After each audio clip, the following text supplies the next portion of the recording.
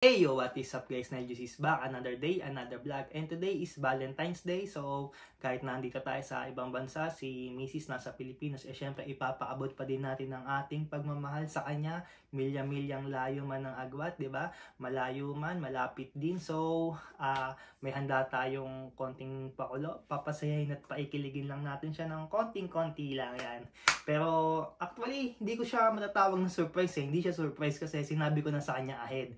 Sinabi ko na sa kanya na Han, may papadala ko na flowers, ganto ganyan. Kasi, ewan ko, feeling ko kasi, di siya masusurprise eh. Feeling ko kasi mag-i-expect siya kasi na-surprise ko na siya nung wedding anniversary namin yan. Tapos, syempre, feeling ko mag-expect siya, tapos parang, siguro si Yanhan may ano sa Valentine's, ganyan. So, feeling ko hindi na siya masusurprise. Kaya, nagsabi na ako ahit sa kanya, pero ayos na lahat, okay na lahat. Nakabili na ng flowers, tapos ipapadala na lang sa kanya. Shoutout pala kay Ate Claire, Claire's Flower Online Shop. Nalimutan ko yung ano basta yung name ng shop basta lalagay na lang natin dito sa Facebook, ayan. Dito.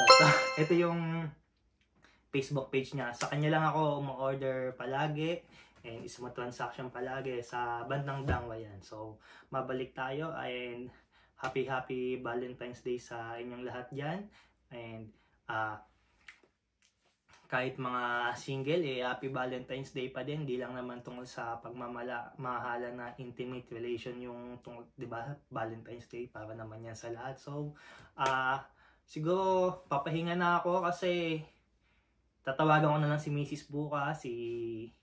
May make sure ko na makakarating sa kanya yung flowers na pinadala natin yan. So, sana magustuhan mo tong flowers for you. I love you. I care for you. Yan. Ang kuwab ni. Konting kwento lang kasi dati nung nasa Pilipinas hindi naman ganun kalaki yan yung sahod. Di ko kaya ibigay yung mga ganito sa kanya dati. Though gustong gusto ko naman kasi deserve niya, 'di ba? Ibigay yung best na nararapat sa kanya. Pero syempre, ang daming dapat pagtuunan na pansin, ang daming dapat unahin. Yung isang dosena ng flowers, halos ano na bayad na sa kuryente, sa internet, 'di ba? Sa upa ng bahay. So hindi siya uunahin yung isang dosena ng flowers, halos katumbas na ng 2 weeks na grocery, mga ganun. So naalala ko noon, tagal na namin tapos isang beses ko lang siya nabigyan ng bulaklak, parang 6 months sabi pa na namin, tapos di na naulit nung nandito na ako. So ngayon na medyo nakakaluwag-luwag na ng konti, babawi tayo. So Han, tatawagan na lang kita bukas. And I love you guys. And 4 AM pa lang dito sa Pinas, 11 na, mag-12. So, binook na yung flowers. Papunta na rin siguro, and papunta na yung Mrs. So, tatawagan na lang natin siya maya-maya.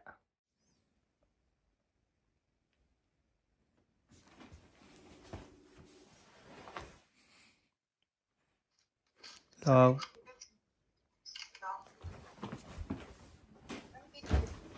Makain ka na? Basta ganda. Thank you. Love you. Happy Valentine's Day. Happy Valentine's. Babalintay mo din naman sila. Happy Valentine's Day. Hello.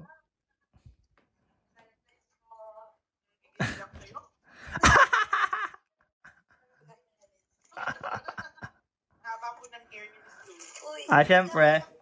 Ay, sobrang ganda.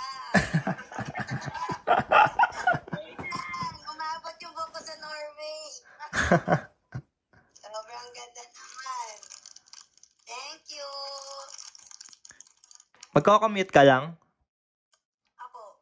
Hindi mayabang kasi jeep niyan. Hindi, bukas ko pa uwi yan. Ayoko na may mga kasabayan eh. Nagustuhan mo, Han? Welcome. Ganda. Sinearch ko pa nga yan eh. Akala ko pang funeral yung tulips. Oh, hindi. Kaya nga, pang Valentine's din pala. Di ba yung mga uso sa mga crochet? kumain ka na? Papasok na ako maya-maya eh. Sige, ako mamaya uuwi na ako. Half day ka lang. Ingat ka. Sige po, love you. Mamaya natin mag-usap. Naiingit si Hana sa akin eh. Mamayang gabi. Mga... Mag-usap naiingit si Hana.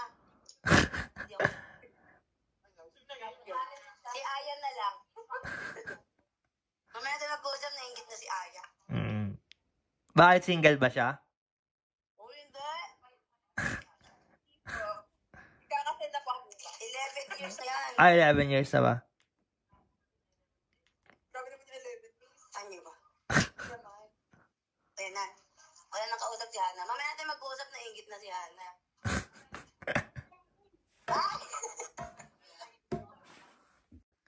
Sige na, ingat ka lang pagpasok ka na. Bye, love you. Tayo ulit na. Bye-bye, love you. Mga 9 ng gabi dyan siguro. Mga 9:30. 2:30 uwi ako. Love you. Love you, bye-bye. Malamig? Hindi, malamig talaga. Bye-bye, love you. Love you. Love you. Di mo iuwi nga yan? Hindi, mag-aangkas ako ito naman. Ba, paniwalain naman ako. Ano ka dito? Uwi ko. Ganto mo? Sobra. Lambingin mo naman. Ha? Bawing-bawi. Sino? Ako ba? Sige na. Love you. Happy Valentine's Day. Love you. Wala kang party mamaya. Ha? Meron. Bye-bye, love you. Wala kang party mamaya. Ganyan, bye-bye. Love you. Love you. Happy Valentine's Day. Bye-bye. Valentine. Siyempre, sobrang saya natin ngayon guys dahil masaya si Mrs. eh. Nag-post pa nga eh, ano pa ng My Day, di ba? Na My Day tayo. Sobrang saya niya. Ganun naman talaga palagi eh. Masaya siya, masaya na rin ako, di ba? She's my other half eh. Ayan, na-excite siya. Sa totoo nga lang, na-excite siya eh. Nung nag-uusap kami na ipapadala na yung flowers, even though na sinabi ko na beforehand na magpapadala ako eh, masaya pa din siya, di ba? Na-surprise pa nga din siya eh, di ba? So, ganyan naman kasi asawa ko eh, sobrang appreciative niyan eh. Kahit ano lang yung ibigay mo, basta bukal sa loob mo, ganong klase siya ng tao, masaya siya at tatanggapin niya ng buong puso. Sobrang hirap na LDR pala, maikwento ko lang. Sobrang hirap pala ng LDR. 3 months o pa 4 months na, pero mararamdaman mo yung struggles eh. Especially me. Ako, aminado ako. Physical touch ang love language ko. So, paano yan, di ba? Physical touch yung love language mo, tapos sumaba ka pa na LDR. Pero, palagi ko nga sinasabi sa mga vlog ko di ba? Wala kang hindi kakayanin para sa pamilya mo. So, ano man ang pagsubok na dumating, anong hamon ng buhay, tuloy lang. Hirap sa LDR yung time zone. Sobrang hirap, promise. Na 7 hours kasi yung difference time ng Manila dito sa Norway. So kapag tapos na ako sa trabaho, siya madalas tulog na. Tapos siya din ganun, pagtapos niya sa trabaho or pagod siya, ako patulog na. Likewise lang. So hindi magkatagpo yung ano talaga namin, yung mga oras namin. And then madalas nagkakausap na lang kami Sabado at Linggo, tapos hindi pa minsan nakakapag-usap dahil busy. Diba? Busy ako, busy siya. Tapos minsan pwede siyang kausapin. Ako naman kakagising lang or tulog pa, yung mga ganyang bagay. Kaya minsan na-add din ng loneliness yung pero di naman na nababago yung pagmamahal niya sa isa't isa. Kaya thank you kay Lord, dahil sa iyo Lord, naging matibay yung samahan namin ng asawa ko. Sobrang thankful ako na di kami sumusuko sa lahat ng hamon ng buhay. Dami na rin namin pinagdaan. Tagal na rin namin ni Mrs. eh. Di ba? Ito LDR, tas yung pandemic, di ba? So, ayun, tuloy-tuloy lang kahit anong struggles, nalalagpasan naman. And kung ikaw naman ay single, ayos lang yan. Happy Valentine's Day pa rin sa'yo. Yung pagiging single naman, di naman yan nakahawang sakit o nakamamatay. Diba?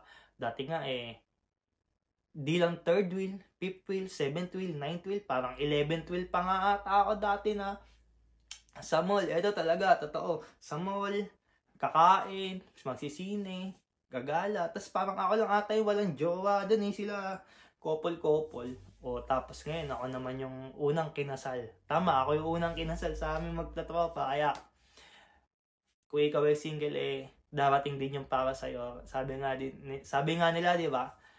Right person, right time, perfect timing. Magtiwala ka lang sa plano ni Lord para sa'yo. Darating at darating yung para sa'yo, di ba? Kung meron, di meron. Kung wala, di wala. Ganun lang naman yun Ganun lang naman kadali yun Pero hindi yan. Siyempre, magtiwala ka lang. Huwag kang susuko na mag-antay, di ba? Patience is a virtue and huwag kang mapagod magmahal.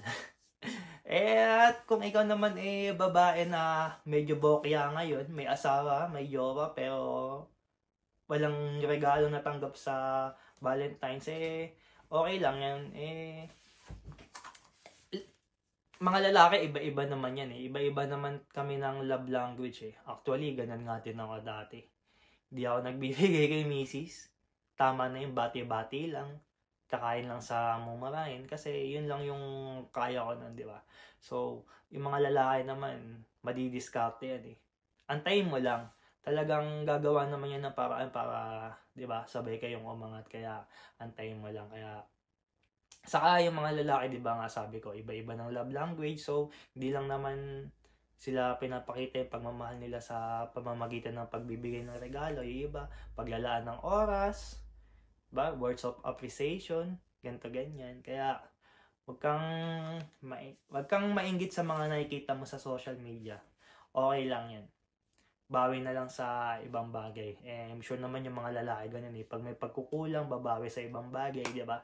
So, overall, sobrang masaya ako sa Valentine's Day na to kahit na malayo kami sa isa't isa. Hindi, di ba? Yung pagmamahalan namin, matatag pa din.